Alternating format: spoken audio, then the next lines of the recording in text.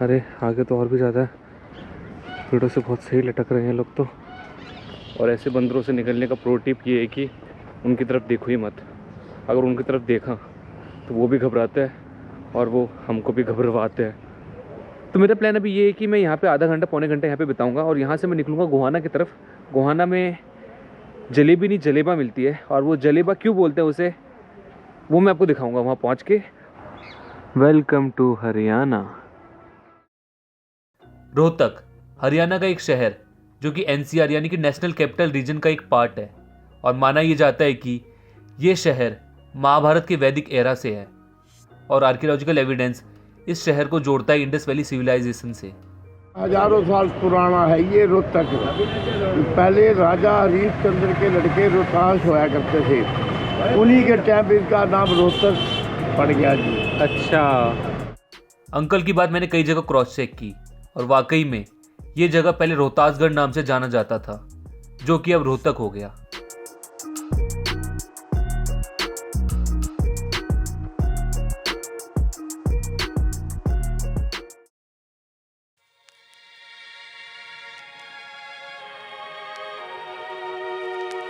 Hello जी, नमस्कार, सत श्री अकाल, आदाब, केमू नाच शो। अभी मैं खड़ा हूँ रोहतक में, और मैं करूँगा आज रोहतक और रोहतक के आसपास की जगह एक्सप्लोर। तो ये चाय पीते हैं फिर आगे बढ़ते हैं।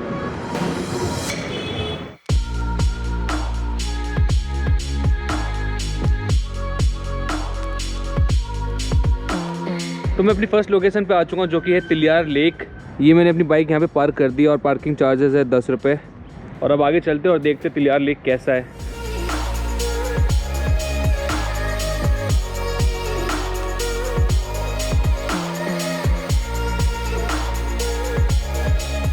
और यहाँ पे काफ़ी बंदर है। पता नहीं मैं ये क्रॉस करके सही कर रहा हूँ कि नहीं, फिर ये हमला ना करते मेरे पे। अरे आगे तो और भी ज़्यादा है, और ये पेड़ों से बहुत सही लटक रहे हैं लोग तो। स्टार्टिंग में थोड़ा डर तो लगा बंदरों को देख के, क्योंकि मेरा एक्सपीरियंस ही कुछ ऐसा था।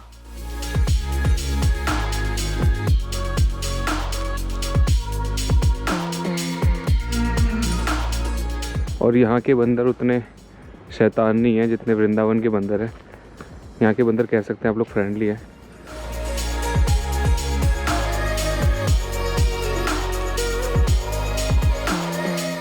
तिलियार लेक रोहतक का एक मेन अट्रैक्शन है, और ये पूरा लेक लगभग 132 एकड़ में फैला हुआ है, and it is considered a paradise for bird watchers.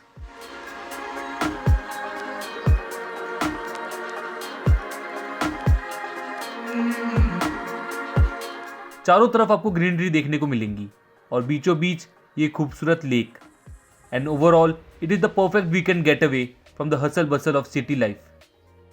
क्या कर रहे हो तुम लोग? कैंपिंग? यस। स्कूल नहीं गए आज? नहीं गए थे। अच्छा, फंक्शन है अच्छा, स्टाफों का। स्टाफों का फंक्शन है। चलो बढ़िया है। कौन सी क्लास में तुम लोग? हम 6th में, वो 5वीं में। दोनों चले। ये 5वीं मैं खाती में, हम तो 7वीं में। बढ़िया है, चलो ठीक है, बाय। बाय। यहाँ तो काफ़ी बंदर है, और पहली बार मैं बंदरों के बीच से ऐसे निकल रहा हूँ। और ऐसे बंदरों से निकलने का प्रो टिप ये है कि उनकी तरफ देखो ही मत, उनको अनदेखा करो। अगर उनकी तरफ देखा तो वो भी घबराते हैं और वो हमको भी घबरवाते हैं। और यहाँ पे आप बोटिंग भी कर सकते हैं।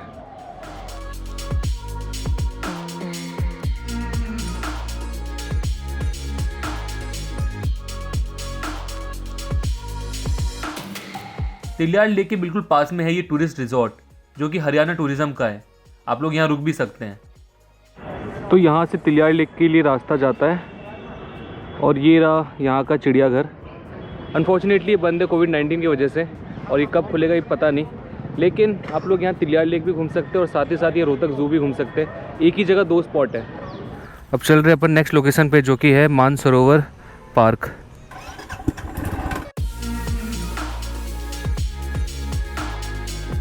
और यहाँ पे ट्रैफिक इसलिए है क्योंकि मेरे लेफ़्ट साइड है MDU रोहतक, यानी कि महर्षि दयानंद यूनिवर्सिटी ऑफ रोहतक। ये देखिए,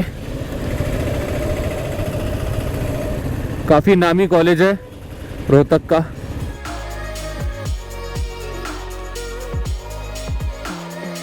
यह है मानसरोवर पार्क, और ये सबसे बढ़िया जगह है रोहतक वालों के लिए वीकेंड सेलिब्रेट करने का अपने फैमिली के साथ। इस जगह पे आने की दो वजह है, एक तो ये आई लव रोहतक देखना और दूसरा इन भैया से मिलना। ये है मानसरोवर पार्क और मानसरोवर पार्क के ठीक बाहर आपको ये कार्ट दिखेगी जो कि ट्रैक्टर में बनाई गई है और इसमें आपको फ्रेश जूस मिलेंगे जो कि भैया बेचते हैं। ये भैया पिछले 5 साल से अपनी कार्ट लगाते हैं और रोज़ सुबह अपने गांव बहू अकबरपुर से, जो कि लगभग 14 किलोमीटर है रोहतक से, वहां से आते हैं। बेसिकली मैं किसान हूँ और अपनी सब्जियाँ खुद उगाता हूँ और सब्जियों के बेस पे जूस बनाता हूँ और मेरी जो खुद की सब्जियाँ होती हैं वो प्योर ऑर्गेनिक होती हैं। मतलब ज़्यादातर सब्जियां और फल मतलब आप ही के हैं, आप ही के खेत के हैं जी, और सारे के सारे ऑर्गेनिक है। जो हमारे होते हैं वो प्योर ऑर्गेनिक होते हैं। तो थोड़ी प्रॉब्लम यहाँ पे ये आ गई है कि भैया ने अभी वाइंड अप कर लिया है। भैया यहाँ पे 6 बजे से लेकर 11 बजे तक बैठते हैं ठंडियों में, और गर्मियों में कब तक बैठते हैं? 6 बजे से लेकर 6 बजे से 9:30, और गर्मियों में 6 बजे से 9:30 बजे तक बैठते हैं। तो अब भैया इसे पूरा वाइंड अप करके अब जा रहे हैं अपने घर और वहीं पे दोबारा से खेती करेंगे और फिर कल दोबारा यहाँ पे 6 बजे आएंगे। तो इनके खेत का जूस मुझे नहीं मिल पाएगा, कोई बात नहीं, लेकिन नेक्स्ट टाइम आपको जरूर बुलाएंगे।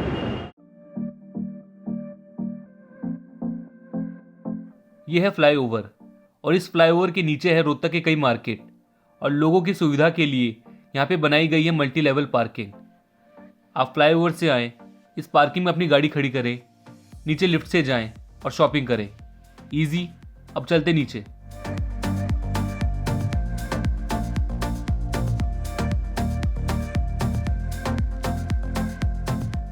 यह है रोहतक का प्राचीन दुर्गा भवन मंदिर और इसकी स्थापना 1948 में स्वामी गुरुचरण दास जी ने की थी। मान्यता इस मंदिर की काफ़ी ज़्यादा है और दूर दूर से लोग आते हैं दर्शन के लिए। तो ये रोहतक का सबसे प्राचीन मंदिर है ये प्राचीन ही मंदिर है। ये सबसे रोहतक में पुराना एक ही मंदिर था। जब अब तो हजारों की तादाद में छोटे छोटे हर मोहल्ले में बन गए, तो यहाँ तो पूरी मानता है। यहाँ मनोकामना पूरी होती है, इंसान जो भी लेके आ जाता है इस मंदिर के अंदर पूरी है।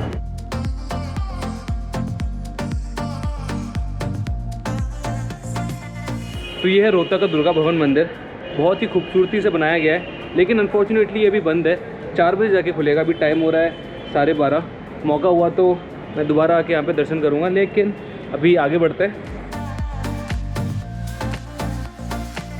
एशिया का सबसे बड़ा कपड़े का मार्केट रोहतक में ही है और ये है वो मार्केट, शोरी मार्केट।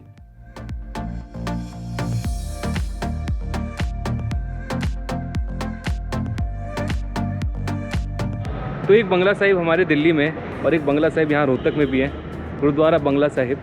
आइए अंदर चलते हैं। औरंगजेब के अत्याचार से हिंदुओं को बचाने के लिए सिखों के 9वें गुरु तेग बहादुर जी जिंद से दिल्ली की तरफ जब जा रहे थे तो वो बीच में यहाँ पे रुके 3 दिन के लिए और इसी कारण यहाँ गुरुद्वारा बंगला साहिब बनाया गया। तो गुरुद्वारे में अब दर्शन भी हो गए। अब यहाँ से निकलते हैं और चलते हैं गोकर्ण टैंक। और ये है गोकर्ण टैंक। अभी इसमें पानी नहीं है क्योंकि पानी निकाल दिया गया है। इसे गोकर्ण टैंक भी कहा जाता है और इस टैंक के किनारे 3 मुख्य मंदिर है, हनुमान जी का, शिव जी का और पार्वती जी का। श्रद्धालु इस टैंक में डुबकी लगाने के बाद ही मंदिर जाते हैं दर्शन के लिए।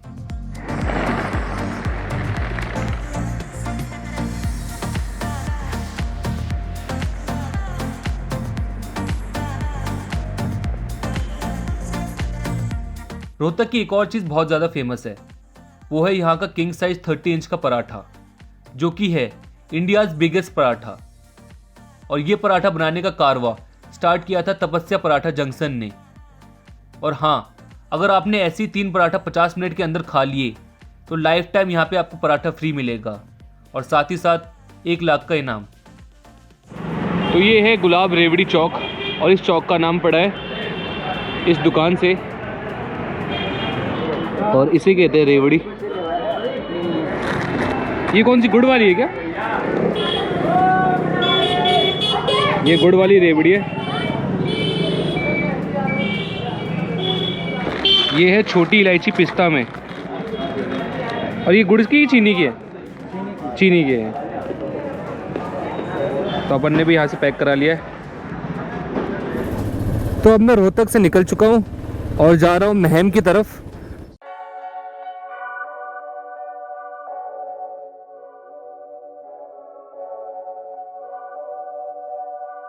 और गुलाब रेवड़ी चौक से महम दिखा रहा था 30 किलोमीटर, लगभग 38 मिनट की जर्नी दिखा रहा था।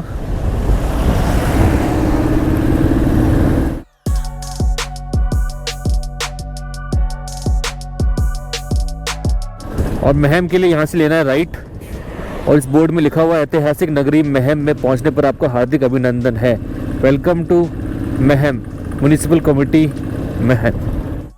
ऐतिहासिक इसलिए क्योंकि ये जगह काफ़ी पुराना है। महाभारत काल से लेकर औरंगजेब के समय तक इस जगह को कई बार नष्ट किया गया और बनाया गया, और यहाँ पे आपको कई पुरानी इमारतें देखने को मिलती अगर उसे सजो के रखा जाता।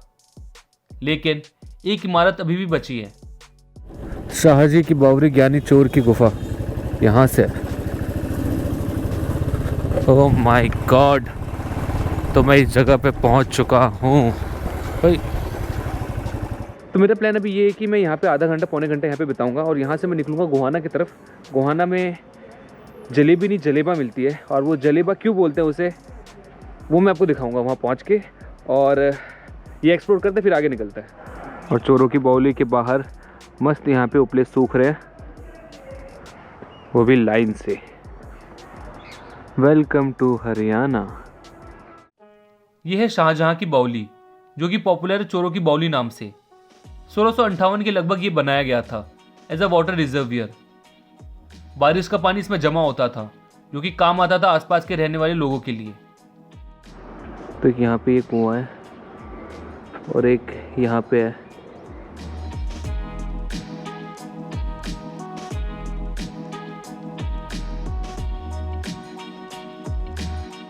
इस बावली में नीचे कुएं तक पहुंचने के लिए 101 सीढ़ियां थी, जो कि अब 32 बची है, और कई कमरे भी थे जो शायद राहगीरों के रहने के लिए बनाया गया था। लेकिन 1995 में आई बाढ़ ने इस बावली के एक बड़े हिस्से को बर्बाद कर दिया। कई लोगों का मानना है कि इसमें कई सुरंगें थी जिनका रास्ता दिल्ली, हिसार और लाहौर तक निकलता था। इस बावली से जुड़ी एक और कहानी है। कहा जाता है कि इस बावली के पास कभी एक जानी चोर रहा करता था, और वो अमीरों से लूटा हुआ धन यहां छुपाया करता था। और कहते हैं कि जानी चोर का अरबों का खजाना अभी तक यहीं पे है, लेकिन जो भी उस खजाने को ढूंढने अंदर गया वो वापस नहीं आया। तो यहाँ पे जो देखना था वो देख लिया। अब यहाँ से निकलते हैं और चलते हैं गोहाना की तरफ। तो ये थी चोरों की बावली, और टाइम हो रहा है अभी 3:35, और यहाँ से गोहाना पहुँचने का टाइम दिखा रहा है 1 घंटा 5 मिनट, 46 किलोमीटर है। 4:40 तक मैं पहुँच जाऊँगा। तो चला जाए यहाँ से। और बिन मौसम बरसात भी स्टार्ट हो चुकी है, बूंदें पड़ रही है, पता नहीं क्यों। अगर ये बूंदें तेज़ हुई तो मेरे लिए दिक्कत हो जाएंगी, लेकिन भगवान करे ये बूंदें बस इतनी ही रहे या फिर बंद हो जाए।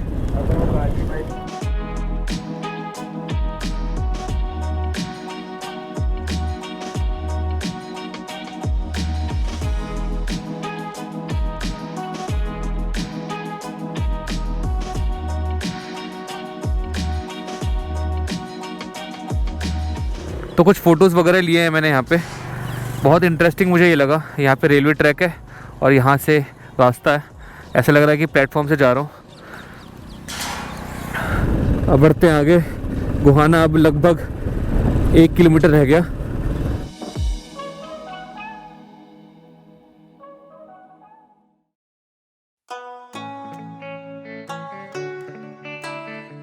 गोहाना, जो कि जाना जाता है अपनी देसी घी की जलेबी के लिए। अब आप पूछोगे इसमें अलग क्या है? देसी घी की जलेबी तो कई जगह मिल जाती है, लेकिन क्या हर जगह इस साइज की जलेबी मिलती है?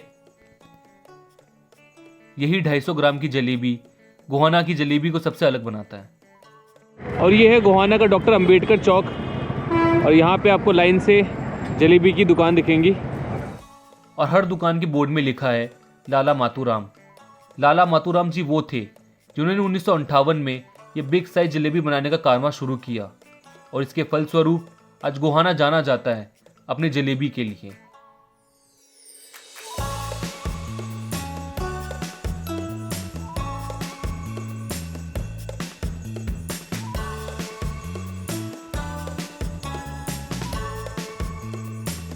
बीतते समय के साथ कई दुकानें भी खुली, लाला मातुराम नाम से ही, लेकिन इनकी ओरिजिनल शॉप है टेलीफोन एक्सचेंज के पास, और इसके अलावा 2 और दुकानें हैं।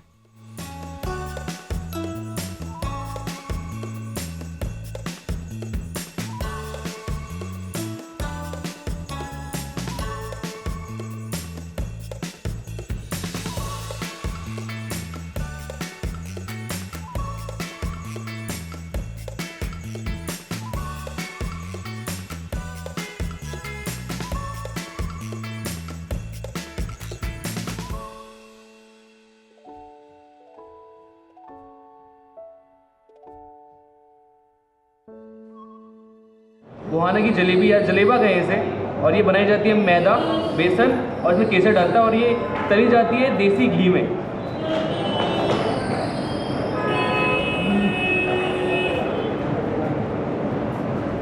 मतलब आपने जलेबी खाई होगी छोटी वाली, लेकिन इसका साइज देखिए, ये सही मायने में जलेबा है।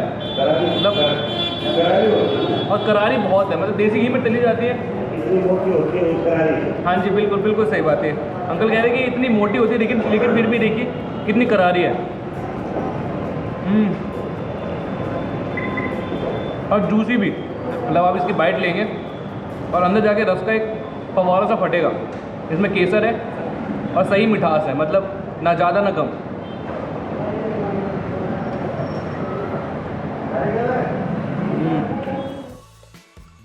तो मौका लगे कभी आप ज़रूर ट्राई करना गोहाना की जलेबी, और चाहो तो आप एक ट्रिप बना सकते हो गोहाना तक की, सिर्फ ये जलेबी खाने के लिए।